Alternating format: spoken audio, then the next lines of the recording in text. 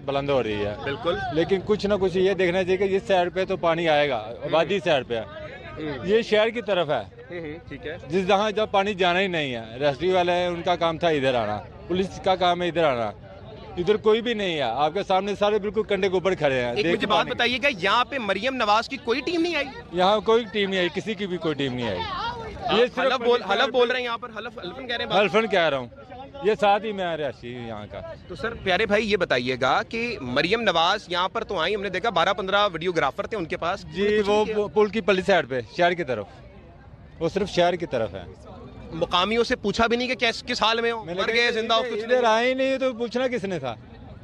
कोई किसी किस्म की आपको इमदाद की गई हो, बताया गया हो कि आपने किस्म की भी नहीं, कोई भी नहीं। सिर्फ मीडिया वाले आए थे, उन्होंने कहा था हम यहाँ करेंगे, कैंप लगाएंगे, यहाँ कैंप लगाएंगे। कुछ अगर किसी को बुखार है या कोई मामला इस तरह के बनते हैं तो उनके लिए हेल्प करेंगे। ठीक है, बस उसके अलावा यहाँ किसी तरह की कोई टीम नहीं आई। ठीक है। सिर्फ मीडिया आ रहा है इधर, मीडिया कुछ ना कुछ कर रहा है, कुछ दहा रहा है, कुछ सच बुला रहा है किसी से, बाकी कुछ नहीं हो रहा। बाकी कुछ भी नहीं हो रहा।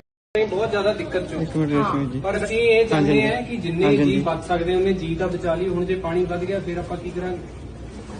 ਜਾਨ ਦਾ ਕੁਝ ਨਹੀਂ ਹੁੰਦਾ। ਸ਼ਾਮ ਦਾ ਟਾਈਮ ਹੋ ਜਾਣਾ, ਹਨੇਰਾ ਹੋ ਜਾਣਾ, ਫਿਰ ਸਾਡੇ ਤੋਂ ਆਇਆ ਵੀ ਨਹੀਂ ਜਾਣਾ। ਜੇ ਰਾਤ ਨੂੰ ਪਾਣੀ ਵੱਧ ਗਿਆ ਫਿਰ ਕੀ ਕਰਾਂਗੇ ਆਪਾਂ? ਕੁਛ ਕਰਨ ਜੋਗੇ ਨਹੀਂ ਰਵਾਂਗੇ। ਹਜੇ ਹੁਣ ਆਪ ਆਏ ਆ ਅਸੀਂ ਚੱਲ ਕੇ, ਤੁਹਾਡੇ ਵਾਸਤੇ ਹੀ ਆਏ ਆ, ਤੁਹਾਨੂੰ ਲੈਣ ਹੀ ਆਏ ਆ। ਆਜੋ। ਜਾਨ ਨਾਲ ਉੱਤੇ ਕੁਝ ਨਹੀਂ ਹੁੰਦਾ, ਜਾਨ ਬਚ ਜਾਂਦੀ, ਬੰਦਾ ਸਭ ਕੁਝ ਬਣਾ ਲੈਂਦਾ ਹੈ। ਇੱਕ ਦੋ ਜੀ ਛੱਡ ਦੋ, ਕੋਈ ਗੱਲ ਨਹੀਂ, ਸਮਾਨ ਫੇਰ ਬਣ ਜਾਂਦਾ, ਕਿਤੇ ਨਹੀਂ ਜਾਂਦਾ। ਦੋ ਜੀ ਰਹਿ ਜਾਓ, ਤੁਸੀਂ ਰਹਿ ਜਾਓ, ਬਜ਼ੁਰਗ ਜਿਹੜੇ ਨੇ ਨਹੀਂ ਜਾਣਾ ਨਾ ਜਾਓ, ਮਾਤਾ ਭੈਣਾਂ ਆ ਜਾਓ ਤੁਸੀਂ ਸਾਡੇ ਨਾਲ। ਨਹੀਂ, ਸਾਨੂੰ ਮਾਤਾ ਭੈਣਾਂ, ਸਾਨੂੰ ਬੀਬੀਆਂ ਚਾਹੀਦੀਆਂ ਨੇ, ਬੀਬੀਆਂ ਆਓ। ਜਿਹੜੇ ਛੋਟੇ ਜਵਾਕ ਹੈ, ਧੀਆਂ ਭੈਣਾਂ ਆਪਣੀਆਂ ਭੇਜ ਦੋ, ਧਿਆਨ ਹੀ ਰੱਖਾਂਗੇ ਅਸੀਂ, ਵਧੀਆ ਧਿਆਨ ਰੱਖਾਂਗੇ, ਗੁਰੂ ਘਰ ਰੱਖਾਂਗੇ, ਲੰਗਰ ਪ੍ਰਸ਼ਾਦਾ ਵੀ ਚੱਜ ਨਾਲ ਹੀ ਮਿਲੂਗਾ। ਹਾਂ, ਸ਼ਾਮਾਂ ਨੂੰ ਸਵੇਰੇ ਤੱਕ ਆ ਜਾਾਂਗੇ ਨਾ। ਜੇ ਪਾਣੀ ਘਟ ਜਾਊਗਾ ਤੁਸੀਂ ਇਹਨਾਂ ਕੋਲ ਫੋਨ ਹੋਊਗਾ, ਫੋਨ ਕਰਕੇ ਪੁੱਛ ਲਿਓ, ਅਸੀਂ ਆਪ ਛੱਡ ਜਾਾਂਗੇ। ਹਾਂ, ਇਹ ਜੀ ਕੋਈ ਗੱਲ ਨਹੀਂ।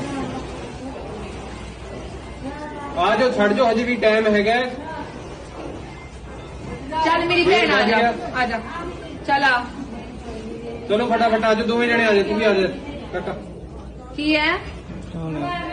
ਤੇ ਪਰਿਵਾਰ ਦੇ ਨਾਲ ਹੀ ਕਹਿੰਦੇ ਪਏ ਆ, ਬੀਬੀਆਂ ਆ ਜਾਓ, ਗੁਰਦੁਆਰਾ ਸਾਹਿਬ ਦੇ ਵਿੱਚ ਤੁਹਾਡਾ ਆਪਾਂ ਸੰਭਾਲ ਕਰਾਂਗੇ, ਕੋਈ ਗੱਲ ਨਹੀਂ, ਤੁਹਾਨੂੰ ਸਵੇਰੇ ਛੱਡ ਜਾਾਂਗੇ ਜਦੋਂ ਪਾਣੀ ਥੱਲੇ ਚੱਲ ਜਾਊਗਾ। ਪਰਿਵਾਰ ਦੀ ਜਾਨ ਬਚੂਗੀ ਤੇ ਕੁਝ ਕਰ ਸਕਦੇ ਹੋ ਜ਼ਿੰਦਗੀ 'ਚ, ਕਿ ਜਾਨ ਨਹੀਂ ਬਚੂਗੀ ਤੇ ਫਿਰ ਕੀ ਘਰ ਦਾ ਕਰ ਲੋਗੇ? ਘਰ ਨੇ ਤੇ ਇੱਥੇ ਹੀ ਰਹਿ ਜਾਣਾ ਆ।